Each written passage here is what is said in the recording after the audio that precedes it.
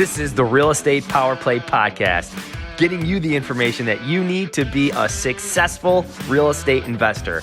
Hosted by Mark Monroe, Ronnie Walker, Gabe Rodarte, and me, Marty Grizzanti. Combined, we've done thousands of real estate transactions.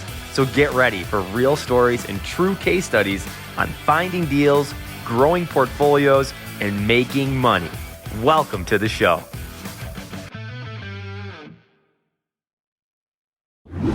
What's going on, everybody? Welcome to another episode of the Real Estate Power Play Podcast, where we are bringing strategies on real estate investing, how to get into this business, some of the moves that people don't really talk about, and what's going on. And today we have Eric Winegard joining us, and he's going to share his story, what he's doing right now, what he's got in, and some of the tips to really navigate through these times in real estate. So, Eric, man, we were chatting a little bit before we went live. How you doing, man?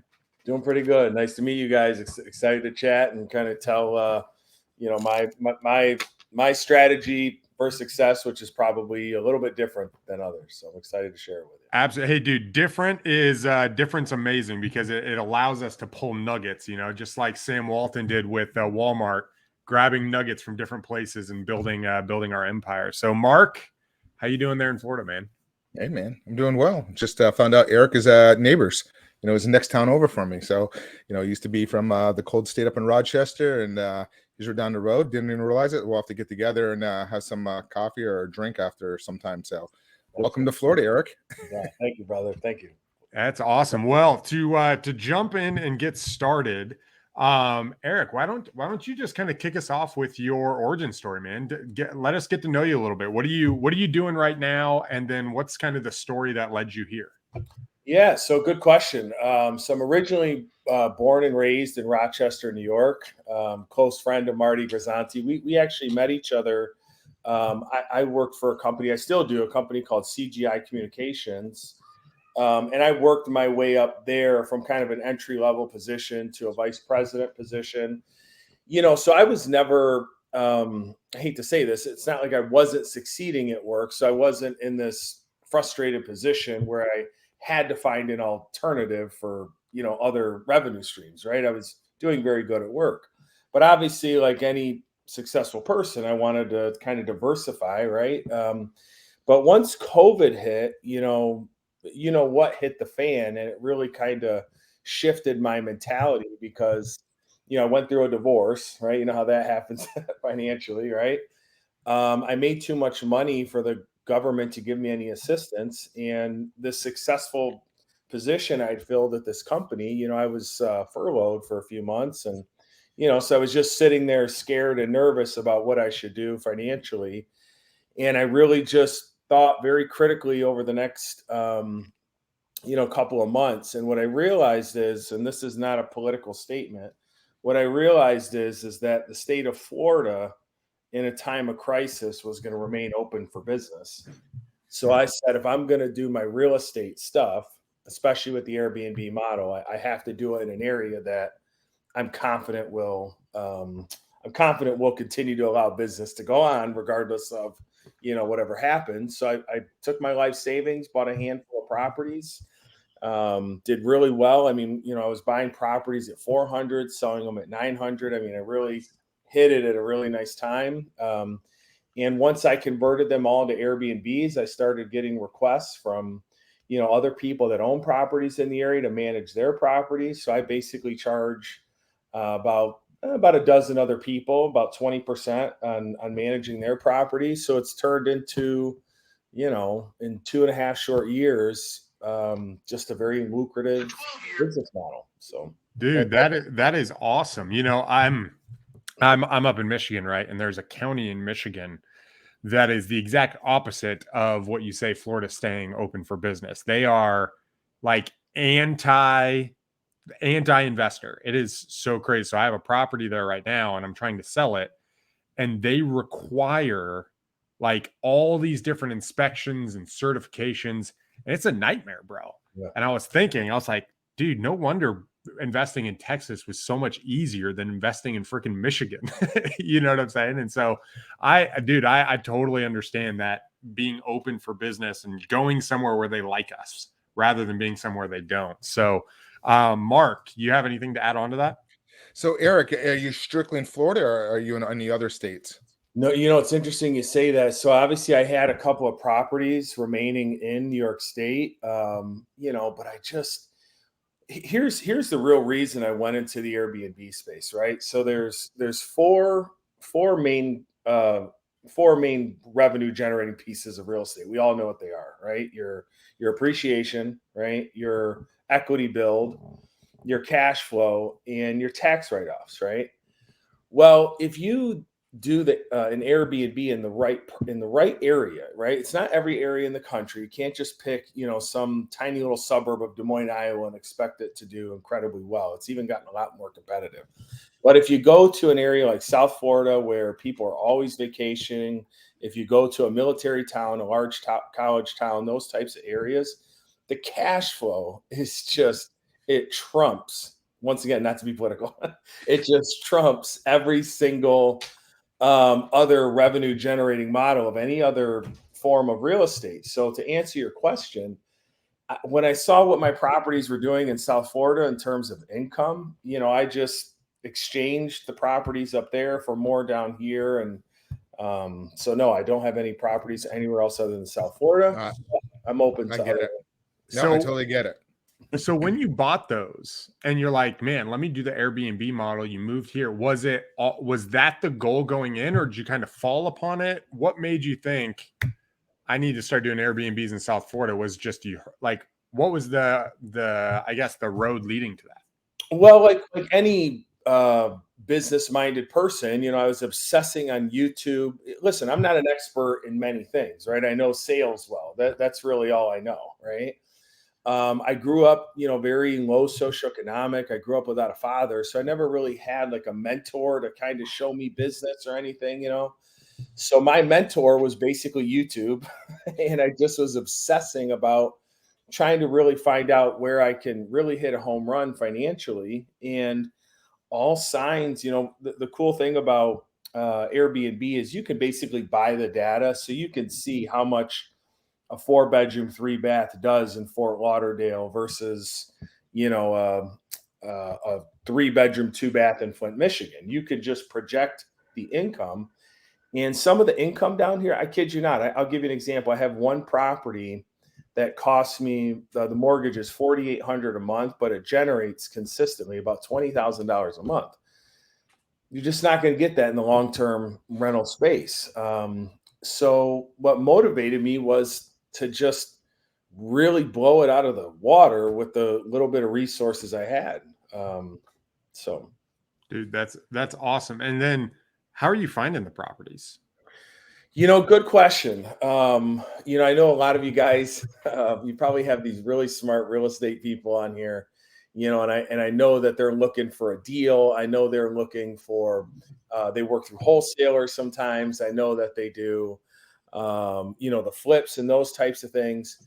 Honestly, that stuff is a nightmare for me, because I still have my full-time gig, right? So I'm trying to make this as passive as possible. So I identify my properties. Really, I use a couple different platforms, obviously like a Zillow or something like that. But there's a website called AirDNA that if you basically buy the data, you can see that, a town in Fort Lauderdale or a certain street in Fort Lauderdale will generate, let's say, $17,000 a month in revenue over the course of 12 months. Right.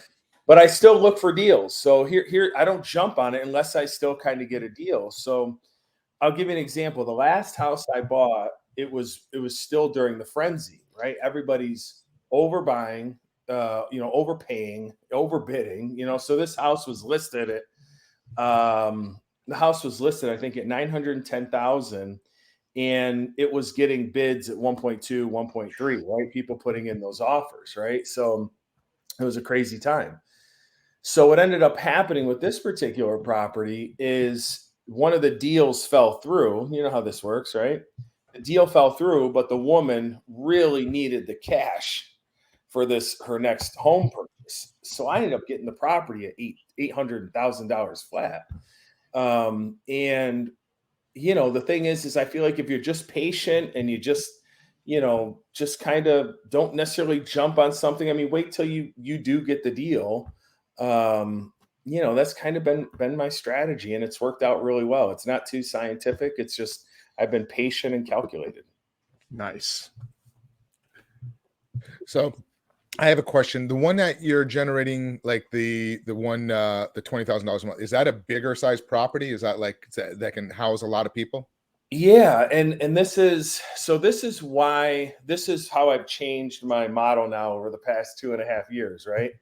And I don't want to scare anyone off from investing in Airbnb, because just like the regular real estate market with the long-term renter, markets matter, right? So your market in Michigan is different than somebody's in Denver, Colorado, right? But what I like is I want to, right? You can either go in red waters of competition or blue waters of competition. I don't know if you've ever read that, right? Shark infested waters, right? So I want to stay in the blue waters. And the way I do that is not competing with hotels. If you have 1 and 2 bedrooms, you're basically now competing with the Marriott. You're competing with the Holiday Inn. You're in direct competition with the hotels. Pricing, amenities, right? But the beauty is once you get to about 4 bedrooms, maybe 3 bedrooms in certain areas, but once you get to 4 bedrooms, you have absolutely eliminated hotels as competition. Because you're right, Mark, you're going to get a family of 12, 10, 12, mom, dad, grandpa, couple buddies, few children, and it's the family that can congregate together in this household, cook dinner together, have coffee together, go to the pool together. So yeah, you can sleep more individuals per night, which you're obviously able to charge more per. But the main thing is I don't compete with hotels. I just compete with other Airbnb operators in that size scope of home. Dude, that's actually really awesome. Being able to ask yourself, what am I going to eliminate? I'm going to eliminate that hotel competition, right? When you go through Blue Ocean and you're thinking about, okay, where's there no competition? It's a really cool exercise, but I find that I've done it a few times. It is actually harder to come up with things than it initially seems, right? It's like, okay, I'm going to do this, but then it's like, what am I really competing against? Like, where is other people going? How did you come up with, I'm cutting out competing with hotels, right? Because that's not a normal thing for someone to think about. Like, oh, Airbnbs, oh, let me not compete with hotels. This is how. Did you learn that from someone else or in a group or was it just like, you're like, man, this might be an opportunity? I think it was really just, kind of learning by making mistakes, a lot of times what I realized is, so I had a lot of 2 and 3 bedrooms initially, right? Because that's, I was scared to invest the whole shebang in these large properties, and they were doing good. Don't get me wrong. There was a lot of kind of post-COVID travel that was going on. People in upstate New York who are so frustrated with, sitting inside for almost 2 straight years, basically, that they're like, the heck with this. I'm going to Florida, 2-3 times this year, right? I want to go party. I want to go be in the sun. I don't want to be told to wear a mask. And those properties were doing really good. But I did notice that once that kind of COVID rebellious travel, right, kind of dipped down, which it has, I noticed that the projections for the property over the next year, the income did start to decrease a little bit. So I really went from having 24 properties between ones that I own and mostly manage with my business partner and I, Alexis. We consolidated it down to about half of that, because what we realized is the margins are just way different on the 4 bedrooms and up. So it was really through just recognizing cash flow. And, you talk to enough people that stay at your property and they're like, hey, we're going to go to a hotel if the heating doesn't get fixed tonight. We're like, okay, don't worry about it. We'll comp the hotel for you. But I realized that when in the 4 bedrooms plus, if there was an issue at the house, no 14 people are going to find. Well, what's funny about that, man, is like a lot of people think that it's just going to happen, right? They're just like, oh yeah, I'll buy an Airbnb and I'll just make a whole bunch of money. And what you're saying is, no, I had to watch it. I had to look at it, right? It wasn't just that, Aladdin came flying in on his magic carpet and said, let me wish this up. It was you guys taking a look at it and making some, I would imagine you're like, this is where the profit's at. But then there's this, do I really want to make this decision?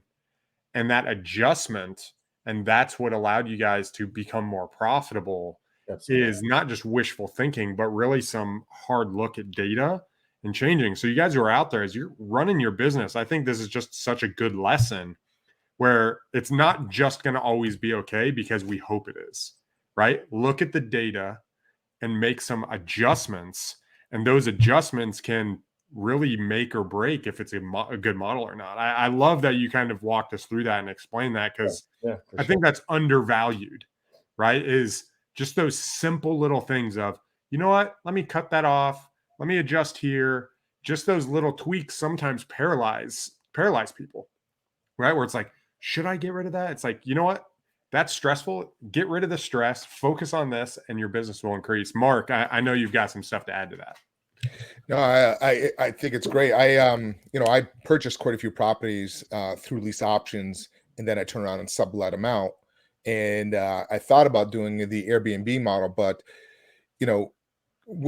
how long do you until you purchase a property until you furnishing it? I mean, that's a lot of capital. Or do you actually buy the property already furnished, turnkey, ready to go? Like, because I know my other halves, they live in a property out in Palm Springs area near Indian Wells and the Coach, and a group came along with them. They hit at the right time out there. They overpaid, my opinion, but they purchased everything, towels, like they just said, leave everything and we'll go. So what's that look like, going into an Airbnb, trying to furnishing it, and how do you try to, like, somebody trying to get into it and they don't have that capital, is there a technique or a strategy how they can kind of roll that into the financing? Yeah, for sure. So it's funny, if you would have seen me do this on my first property, this answer was not going to come out this smooth. Okay.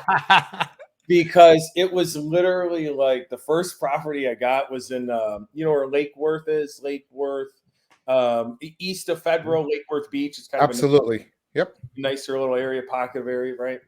I mean, the first day, I kid you not, I just went into Target. I was just dumping stuff in the car. I was going to the furniture store, just ordering everything. It was a cluster, you know what, right?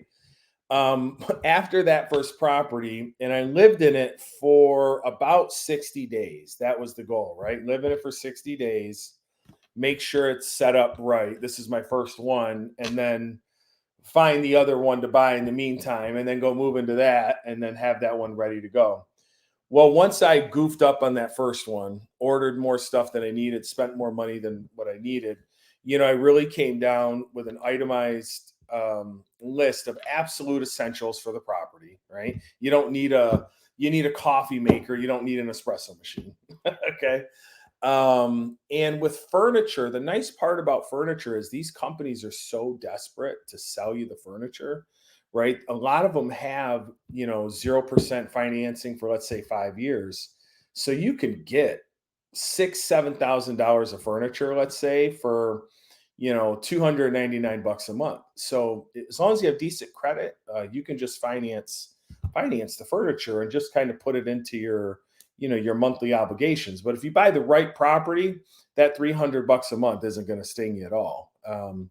So furnishing. So here's the thing, just think about a hotel room. A hotel room is very minimalistic, right? A hotel room has a TV, it has towels, it has a general couch, it has a sitting area for a laptop. You just want to think minimalistic, and you don't want to overspend here. So what I've done with clients now, my business partner Alexis and I take on clients, and I'll work with the realtors to help them buy a property. and they'll buy it from the realtor. This one family spent, good penny. They bought this $1.3 million home, and they took it very personal with the furnishing, right? It was like they were looking at it as their second home. I think they spent probably $50,000 on furniture. And then, of course, they buy the home and there's all these piping issues that they probably had to spend 20 grand on the piping. So my thing is this: with the furniture, you got to take the emotion out of it and don't look at this as your home. You just have to know that this is like anything else. It's a business. You're just making fiscal decisions. You don't want to buy ugly furniture, but you just want to buy cheap, halfway decent looking furniture. I can furnish a place in 48 hours now. Within 48 hours, I can go to Home Goods. I can go to Walmart. I can go to Target, and in 48 hours, get the keys to that place and have it on Airbnb. That's how efficient I am now. Dude, what's so funny is, when you get into something new, like when I first started rehabbing, for instance, you do a rehab, they put in the window, and you don't realize that the guy did the window wrong because he didn't do additional flashing outside of it, and so it leaks, right? Because you don't know you don't know what that inspection looks like, right? Or a guy updates the electrical, but then cuts corners and doesn't bring it up to code, and you're like, what the heck, right? What's going on? What you're explaining is just being diligent, jumping into these properties and saying, I didn't have to do it 100% right. I did overspend initially, but that overspending initially taught me how to do it right. You know what I'm saying? And I think, Absolutely. I think a lot of us, right? And a lot of people I talk to after, when they're trying to get in, they're like, what should I do? Should I go this direction? Should I go this direction? And they get paralyzed because they don't want to spend an extra $1,800 on accident. But it's like, dude, if you'll just spend the extra $1,800, screw it up, it will change your trajectory of your life. Like, it's okay. It's okay not to have that answer. And that explanation that you went through, I think, just demonstrates that. How many people, guys, if you're watching this, would you rather have the portfolio and the financial security that Eric has in the properties and go through some of those hiccups? Or would you rather try to figure it all out initially and be paralyzed for the next 3 years? Right? Like, I love that, man. I appreciate the vulnerability, because I think that's the normal journey, and people are so terrified of making that, or just little stuff like that. So, Mark, you look like you have a question. Whoops. Actually, I didn't. But anyways, I was just sitting there because your point that you just made out, Ronnie, was really good. You kind of had me, because I'm thinking of a situation that I kind of went through, that you're pointing something out where you kind of went cheap on something, but it ended up costing you tens of thousands of dollars more. And I kind of learned from that same exact experience. I'm like, oh, you know what? I'm going to use my Florida contract for another state. Guess came back and bit me in the because I used that, because every state has different language in the contract, and it ended up costing me thousands of dollars extra because I didn't want to spend $500 for an attorney in that state to kind of go through my contract. So it's a very good point on that, Eric. So Eric, do you mind if I add one more thing there? Yeah, I think and Eric, I appreciate you letting me dive into it, but I think it goes into this idea. When I get bids, like on properties, when you're getting bids, you get the lowest bids, you get the highest bids, and then there's stuff in the middle. And what I've found, what I used to do is I'd go out and I'd be like, man, I want the cheapest price. So I'd hire the lowest guy, and it would end up costing me more than the highest bid, because I had to fix all the problems, right? I'd go to resell the property, and the inspection would come back. They'd be like, it needs $18,000 to fix this crap. And then I would end up taking either a reduction or doing half the work, and it cost me so much more money. It's just like, man, you don't have to take the highest, right? You don't have to. Some people are crazy. But find somebody, don't buy the cheapest thing at Home Depot. Buy the middle of the, find something that's good quality and go after it. So go ahead. Sorry. I do have a question, Eric. You mentioned about your clients and realtors that you kind of work with, and can you kind of dive into that a little bit and kind of explain what you're doing on that? Yeah. So obviously there's this natural desire. I think in everybody's perfect case scenario, quality of life, they have multiple homes in different states, right? So people would like to have a property in New Jersey where they're from, but they also want to have a house down in Charleston, South Carolina, because they love Charleston, right? Well, the truth is your second home doesn't have to drain your money, right? Your second home doesn't need to have a $5,000 a month mortgage that every time you see it, you're like, God, another $5,000, whatever it is, your second home can make you money. Your second home can drive cash flow. So what I've done, and this just really happened organically, but it's something I definitely need to be more intentional about, is networking with realtors down here in South Florida, because a lot of the realtors, what they do is, a lot of people will contact them out of state and say, hey, I want to buy either a vacation home or an investment property, right? They want to buy a vacation home. They don't realize that the vacation home can make them money. And if they want to buy an investment property, they're usually instantly thinking long-term. So what I'm able to provide is a value add to that realtor's business model. And what that he or she will say is, hey, I actually have a group, Winegard Rentals, that can actually coach you through a short-term rental process. So if you're really looking to hit a home run with the investment, take a look at this Airbnb / short-term rental model and let us compare the numbers for you. And you make the decision if you want to do a long-term renter or a short-term renter. So I'm actually providing value to these realtors, and I get on these conference calls with them, and I don't sell the homeowner. I just give them the data. And 99% of the time they go, this is a no-brainer, of course. And, oh yeah, I'm going to pay you 20% to manage the property. So That's awesome. So somebody like myself, because the funny thing that you're saying that is because we're looking at buying a place in Portugal down in Argos, and we want to do the exact same thing. We want to get out of here in the summer and then Airbnb it. So if we're looking for somebody to kind of run it, especially if we're not going to be there, what do we look for like in somebody? What do you guys call what do you guys normally called in the Airbnb world when you manage the Airbnb model? Yeah, it's really no different than like a property manager, no different than a property manager, right? But it's just the responsibilities are a little bit different, right? So with a think of the typical, let's say you have an investment portfolio of 10 residential homes, or you have maybe you have a 90 unit apartment complex, right? There's a property manager that does the typical upkeep, right? But let's be honest, in each individual home, there's not that much day-to-day stuff that's needed. If you own one rental property and you have one person that manages that property, they might have to attend to it, let's be honest, every 60 days, right? But with the short-term rental market, they have to tend to it every 3 days because there's guests checking in, there's guests checking out. The property has to be pristine. The towels have to be clean. The sheets have to be clean. The property has to be absolutely ready for a new family to come into this property in the next 6 hours. So there's much more involvement, right? But because there's more involvement, that's why we charge, let's say 20% versus, whatever they charge, 5%, let's say. Would you say that involvement also includes involvement on tight deadlines?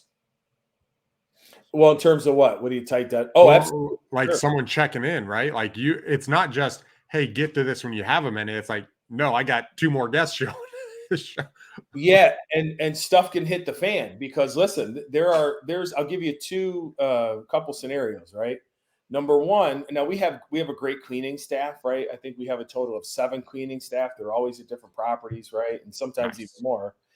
And they're very reliable and we have great relationships with them. But every now and then, one of them doesn't, let's say, show up or they're an hour late and you're like, oh boy, we got to go clean it. I drop everything and we got to go clean it, right? There's also the flip side where every now and then, I'll say once every 6 months, a bad group sneaks into the house. And what I mean by that is they say there's 12 people coming, a family, but all of a sudden you see 30 kids, the age 14 to 16, and there's tons of alcohol in there. So it's I don't know if you can tell, I'm a 250-pound guy. Thank God, right? I couldn't imagine a petite woman having to do this, I have to go knock on the door and say, sorry, you violated our policy, and sometimes you do have to escort people out, but thank God that only happens maybe once every 2 years. So yeah, you need, it's nice to have physical people there, but the beauty is everything is, there's so many apps from Thumbtack to, Facebook Jobs. I think they just got rid of that stuff, by the way, but Google Jobs. There's so many apps out there now that you can literally automate this process. So Mark, if you wanted me to manage your property in Indonesia, I can absolutely do it from South Florida and do it immaculately. So everything is very pretty automated. That's awesome. That's great stuff. So when they had that party, how do you determine that? Do you have cameras there, or like how do you figure that out? Well, so can I give you a funny story about why we? Of course. So of course we had to learn through experience, right? So one of the strategies is on Airbnb. So the average lead time, I think, is about 5 days for when someone books the property, right? But so the strategy is you keep the prices up, let's say, $500 a night for a 3-bedroom. But once it gets close to 5 days or less, you're like, oh boy, we want to fill these 5 days. They're not booked. Let's bring the price down to 300. Okay. Well, me being the knucklehead I am, I got greedy and I said, let's bring it down to $100. Okay. And at $100 in South Florida, especially, now you're talking Red Roof Inn type, rates, right? So the type of people you get are undesirable. Man, we had a group coming to this first house, and we were finding crack pipes a month later. We were finding paraphernalia a month later. It was absolutely just an insane environment what happened in here. Okay. So we learned through mistakes, right? So every single property now, ever since that one, has exterior cameras on every entryway. We also have a noise monitor inside. So the cool thing about the noise monitor, not only will it tell us if it reaches a certain decibel level, it actually tells us how many cell phones are in the property. So, which is amazing, right? So if it goes over 72 and there's 16 cell phones there, we message them on Airbnb. Hey, we know there's there's funny business, but hey, remember, maximum of 12 people. You hit our noise monitor level. Our decibel level. You have to evacuate the property. So those two safeguards have created a lot of aspirin for any headache we could have imagined over the past 3 years. So that safeguards a lot. So yeah. I'm curious about what it's like. Like, does anybody have you had anybody get aggressive, like having to escort them out? No, thank God. There was one party they looked a little suspicious, and it was like, I didn't want to go in there. It was a bunch of men, right? I mean, I'm one guy, right? So what am I going to do with 14 guys? The cool thing is if a lot of these towns in South Florida, or any town in small town America, right? You can call the police. You can say, hey, they're violating our property. They have more people than they said they were going to have, and a lot of the neighbors are calling us complaining. So usually the police will come say, hey, you got to tell it. So that's another option. You just blame it on the neighbors. So. I like that. Actually, it was a funny story. Not too long, about a year and a half ago, we were coming back. I have a lot of friends with boats, and we're coming back from Fort Lauderdale, coming up the water, and there's this huge party going on one of these, on the intercoastal, like multi-million-dollar. I'm talking probably 15, 20, $30 million home on the intercoastal. And we pull up and they said, come on in, and we started, come to find out it was an Airbnb. I mean, you're talking a $10 to $20 million property that was an Airbnb. They were from Miami and they came up just to kind of throw somebody's birthday party. And now, granted, this was at 2:00 in the morning. We're heading back and this party was still going on. I couldn't believe it. So there's a lot of things to unfold there. So number one, that was Airbnb's number one hurdle was the party thing. And especially during COVID, a lot of people, were looking, they couldn't go to bars, they couldn't go to whatever the heck. So people were just renting Airbnbs and partying. But Airbnb got really hip to that and really strict. So their policy is a zero party policy. And the magic thing you just said is they came from Miami to Boca.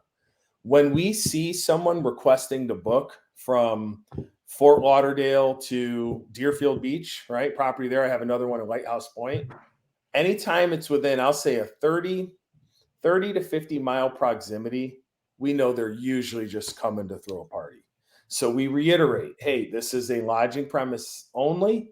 And then we'll even prerequisite with a statement like this. There have been a lot of complaints lately for some attempted party goers. We just want to forewarn you that if you do come to this property, we'd love to have you, but there's absolutely a no party policy. So we can filter them out pretty darn well. We really haven't, honestly, we haven't had issues in a year and a half, but we only because we learned through making mistakes. You know, it's so funny when we're going into these business and we run into these hiccups, right? Where it's like, oh, someone from 30 miles away, they're just coming to party. When so I think it was 5 years ago, I was in Dallas, Texas, actually in Mesquite, and we put this property under contract and we were going to wholesale it. And inside there was a tenant. And the tenant was, he was almost as tall as me. So he was probably 6'6". Okay. And he was a huge guy. Huge guy. Probably 450 pounds, right? Maybe even more. Just a really, really big dude. And my disposition coordinator goes out there and we have a whole bunch of people that are supposed to come do the showing. I think we had like 7. And I get a call. And Brent's like, hey, bro, we have a problem. I'm like, what's going on? He's like, this dude is pacing in front of the house and he's butt naked. And he's just walking back and forth just out this. He's like, I'm on the phone with him. He's like, dude, he just sat on his motorcycle. And I'm just like, what is going on? He's like, I'll talk to him. And ends up talking to this guy. The people came, walked in and out, and Brent was sitting there talking to this guy for like 45 minutes. And he finally was like, I'll be right back. And he went inside, put some shorts on, and came back out. Well, here's the thing about being in South Florida. This is like the MMA capital too. You know, size doesn't matter down here. You know, some of the baddest dudes on the planet live and train down here. Some 175-pound guy is not to be messed with. So there's no reason to attempt anybody any size down here. Right. No, that's funny, man. That's awesome. Cool. Well, I appreciate you just kind of unpacking this Airbnb experience. If let's say, so I'm actually in the midst of my first Airbnb project right now. We just purchased it. I know a lot about Airbnb, but on my first go around, we're in the midst of remodeling the house. What would be your recommendation to somebody in my situation or that is thinking, man, I want to go out and start this. Like, I want to do what are some pitfalls? What are some really easy things to avoid, or some things that you fell in, like you found and you're like super proud that like, dude, do this? Well, the number one thing, it has to be legal, right? There are certain cities that the first thing you want to look for is cities like Vegas, even Miami, Nashville's been cracking down on it. So just check the legalities. That's number one. Okay. Even there's certain areas of town. So West Palm, Florida has like a historic district.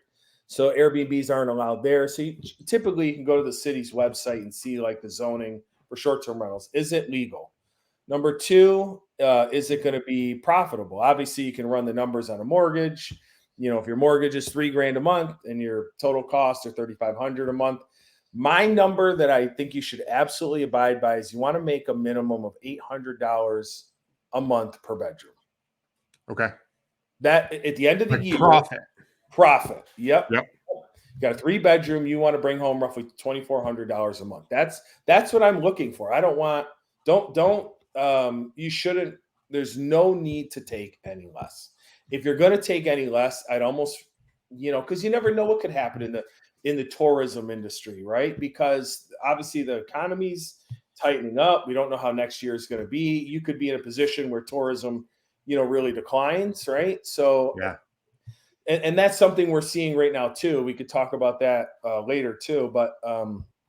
But number two, $800 a month per bedroom. That's my absolute bare minimum. And the other thing is you don't want to go expensive on the furniture, but make sure this is where you might need to get your girl involved, right? Right. Because they just have a better eye for decor and things like that. My girl is absolutely phenomenal. So here in South Florida, the turquoises, the floral colors look really cool as accents in the home. And don't go cheap on the photos, right? So think about how a realtor lists a place, how they stage a home. You want to stage the home for the photographer for sure and get really nice, real high grade photographs done, because that is what's going to sell the property to guests. So make sure the photos are pristine. Go above and beyond. Put a wine bottle with a wine glass on the bed with flowers. Really go above and beyond, with the photographs. But those three things, I think you'll be pretty safe. You'll be pretty safe. So in the cities, and actually, Mark, I know you had something. I apologize. I was just going to ask real quick, when you were saying about the $800 a month profit, is that with a property manager included? Like, or is that like you have to, what are your thoughts on that? Well, it all depends. Everybody's situation is obviously a little bit different, right? And is this, your decision, Mark, might be a little different because it sounds like it's a real quality of life decision, right? So your thing is well, of course, I want to maximize my money, but I would say, I would include the owner the manager in that, right? So you want to clear after that a minimum of $800 a month after their fees. But obviously, if you scale it and you have, you get to the point where you have half a dozen properties, I mean, you're getting some really nice, true passive cash flow that everybody talks about. I would much rather die with a bunch of cash flow than a big pile of money. Dude, that's really good. That's super good. And I think that passive cash flow and that amount, it absorbs any swing, right? Like you're allowing that absorption to happen in case like the tourism drops. So let's say a property, someone's going off and they buy it. And you mentioned making sure this is legal in the city. Is there, because I've heard stories where, for instance, and where I bought mine, across the street, they cracked down and they rezoned it. So across the street from where I'm at, can't do Airbnbs, right? So they basically stopped everything. And, people are cracking down. Is there anything people who have Airbnbs can do? Do you know if there's like appeals or what does that look like? Because I think that's one of my fears, right? You jump into it, it's going to be this Airbnb. You kind of get this idea of, it might, like, even maybe in Mark's case, like, oh, it's going to be lifestyle, it's going to do this, I'm going to bring in income. Boom, they cut it off. And it's like, oh crap. What is there anything we can do, or is it just like no? Well, so number one, that's I took all these things into consideration. That is why I moved to a very low regulated state in Florida, right? Yep. Number two, I know the tourism is insane here. The reason why Florida doesn't need a state income tax is because of their tourism dollars they generate, right? And I'll give New York State and some of these other high tax states a little defense there. There's a whole lot more people paying tourism dollars down here than they are in Massachusetts. Yeah. Right. So that's the offset there. So those are the two biggest things. But the other thing is, I do believe, and this is a case by case scenario, right? Because these municipalities have their own laws. But a lot of times, if you had the property beforehand, a lot of times you can be grandfathered in. Okay. Another secret move that I've seen people do is if you put the mortgage in an LLC, you have the right to do, but they can't prevent you from doing business. Like they can't prevent you from owning a hot dog stand. They can't prevent you from owning a dental office. They can't tell a restaurant that they can no longer do restaurant business there. So if you put it under an LLC, the actual property in mortgage, a lot of times I've seen people in Nashville, I'm hearing stories this all the time, that they're able to continue running their Airbnb because they're running a legitimate business. That's super smart. That's actually awesome. Even though you still might get a cease and desist, it's like, oh, hey, this is the business. Can't tell me I can't run a business. The government can't tell me I can't run a taco stand, right? Right. Dude, that's so good. That's so good. So to piggyback off of Ronnie's question there, so when you look at a deal and you underwrite it, do you keep that in mind? Like if anything worst case happened, that the long-term, if you had to go long-term rental, that it covers your payment? Is that kind of the model that you go by? Yeah. So for example, Mark, Boca doesn't allow it. There's just no short-term rentals in Boca. Now there's areas like and I'm using South Florida towns right now. So we're not even going to look at Boca, but then there's areas like Pompano Beach that are very notoriously lenient areas. So I would really focus my research in the more lenient areas. But here's the beauty of this business model. Ready? Worst case scenario, if the tourism business shuts down, if the economy tanks in that aspect, your city cracks down on you, the zoning changes, the worst case scenario is you just convert it to a long-term renter. It's the worst case scenario. So you'll still be in good position with the traditional business model. That's really good.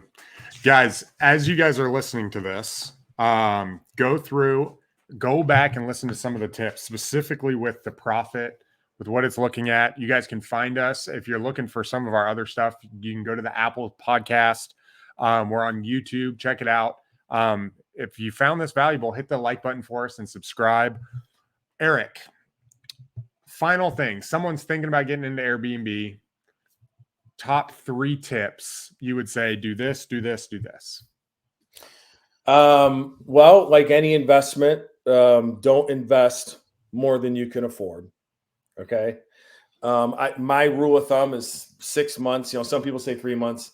If my bills are $6,000 a month, if I don't have $36,000 in my immediate checking account to absorb something catastrophic, I'm going to not invest any of that money. I only invest what you can afford.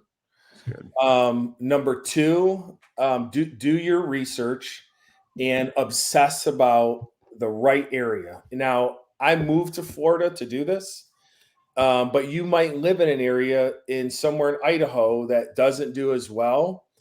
If Idaho doesn't do as well, then you may have to shoot over to Denver and live in a property for a couple weeks to really set it up, right? So you might have to do a property in Denver, Colorado, but obsess about the research. And number 3, like any smart investor as well, don't be too aggressive to get the deal. You have time, and just wait for the right deal. And I'll give you a 4th one. I just want to give you kind of a what's going on in the environment today. So I believe a massive opportunity is coming. So I think the number is 350. I think there's like 350,000 available listings in the country. Does that sound accurate or no? That sounds about right.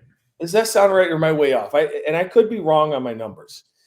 But I think there's actually over 1 million Airbnbs in the country right now. Okay. So what's happened nationally is a lot of these people over the past 2 years, to make a quick buck, just bought a house because, they got a ton of equity in their new house or their old house. So they took that $100,000 and bought an investment property somewhere in an Airbnb property. And a lot of them aren't serious operators. Okay. I believe that we're going to have a tighter time period coming up, right, economically. And I believe we're going to see the number of Airbnbs go down by 25 to 30%, and the available homes go up by maybe 50%. I truly believe it's going to happen because I think a lot of people are underwater right now that are risky, careless Airbnb investors. So I believe there's about to be a window of massive opportunity for the price of real estate as well as the amount of Airbnbs on the market. So if you're a dedicated business person and a dedicated operator and you really want to kill it, I think an all-time opportunities coming up. So be ready. Yeah, I love it. That's great stuff. I totally, the whole real estate sector, I think, but even more so with Airbnb, that's kind of one of the main reasons why I never went into it, because of like that aspect of it, because it's like the unknown. But so Eric, if people wanted to reach out to you, and such as myself, I'm thinking about, getting an Airbnb, but maybe reaching out to you to managing it, how would people reach out to you? Yeah, pretty easily. You can Winegard Enterprises. You can follow me on Facebook, Instagram. I actually have about 10,000 followers on TikTok now, believe it or not. And you can find me that way. DM me, message me. I can manage your property anywhere in the country. I do coaching calls. I even have a course up online that teaches other business models of Airbnb. But Winegard Enterprises, Instagram, and TikTok. I'd be glad to help anyone and everyone.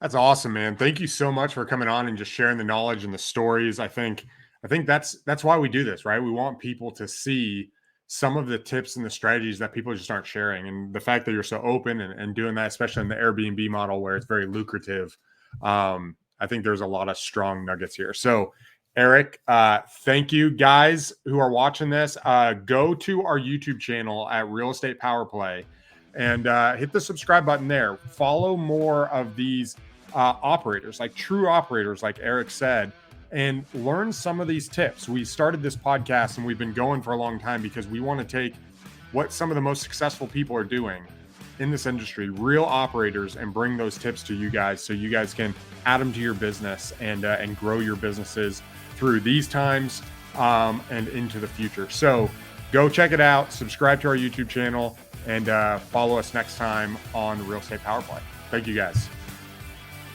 This has been another episode of Real Estate Power Play, guiding real estate entrepreneurs to a brighter future. If you liked what you heard, consider subscribing wherever you listen to your podcast, or follow us on YouTube at Real Estate Power Play.